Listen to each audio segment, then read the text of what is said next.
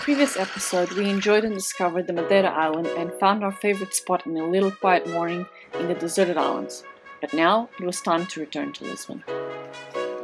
We left Quinta do Lorde Marina in the afternoon, and Madeira Island said goodbye to us with one last amazing sunset.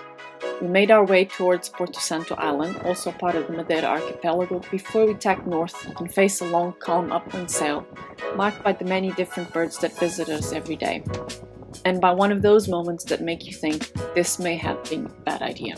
The first days of sail were punctuated by many relaxing moments and by the strangeness of having what we would think were exclusively land birds visiting and following us, sometimes for hours, even in fog.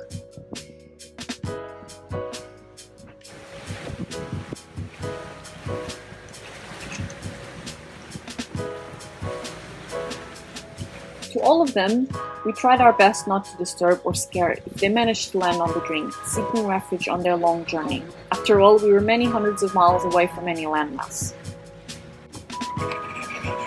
On the fourth day of our passage, we ran out of wind and stayed drifting for a day with the current, while waiting for a change that allows us to continue our journey. We were close to the area where big cargo ships converge, coming and going from North Europe through the Atlantic coast of Portugal.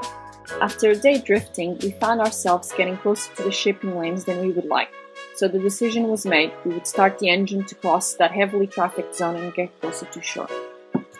That's when this passage stopped being a pleasant one and became a stressful one.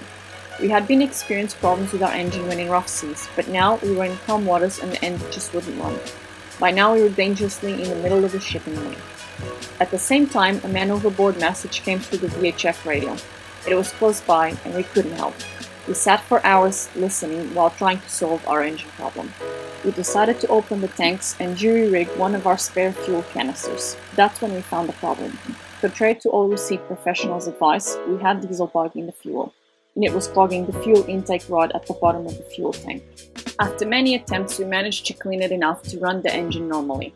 On the VHF radio, the outcome of the search and rescue was received, and it was not a good one.